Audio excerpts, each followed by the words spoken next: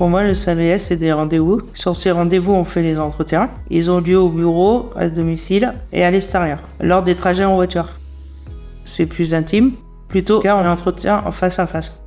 Je me sens plus à l'aise pour discuter. Pendant les rendez-vous au bureau, on programme des rendez-vous pour prendre des rendez-vous et encore prendre des rendez-vous. On peut téléphoner ensemble pour prendre un rendez-vous par exemple avec les médecins. On peut y aller ensemble, par exemple en voiture. On peut aussi parler des occupations. On peut discuter à l'accueil de jour. Dans ce cas, on prend contact ensemble. C'est facile car l'accueil de jour est à côté. Si on souhaite, on peut parler du travail. On peut commencer par faire un duo-day. C'est le moment de faire un binôme avec les professionnels. On parle aussi des loisirs, comme s'organiser pour partir en vacances. On trouve des occupations pour éviter qu'on s'isole. Pour les vacances, on peut contacter la curatelle si on en a une. Le SAVS peut aider à formuler des demandes à la curatelle à partir de ce qu'on souhaite faire ensemble. Donc demander un budget vacances et faire des demandes administratives comme auprès de la MDPH, demander un budget supplémentaire pour des achats ponctuels, comme pour les achats de vêtements et les courses. On peut utiliser l'ordinateur ou le téléphone. On essaye de faire les démarches seul, le plus souvent. Il y a aussi des rendez-vous au domicile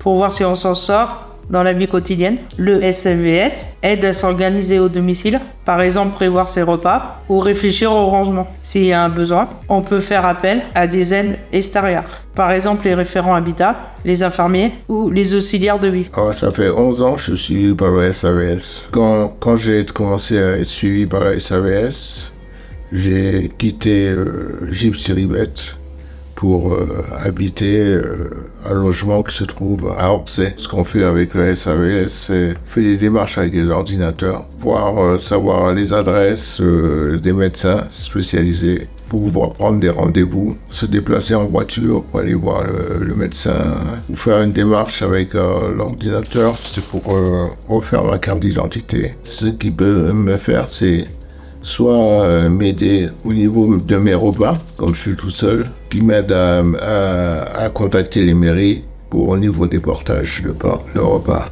Aujourd'hui, je vis à Massy. Ça fait presque 1 an dans une résidence senior. C'était pas très simple, savoir où j'allais vivre, et il fallait qu'on fasse des recherches dans la région. Je voulais prendre un pied-à-terre dans la région, puisque je connaissais la région.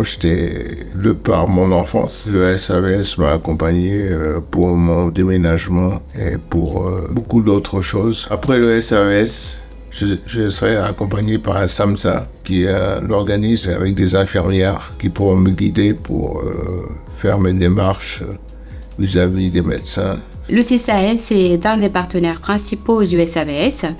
Nous sommes en lien en ce qui concerne les demandes d'aide sociale, mais également les mises en place de portage de repas, ainsi que les demandes de logements sociaux pour les personnes qui sont au SAVS, mais qui sont autonomes et qui désirent avoir un logement social pour progresser dans leur vie.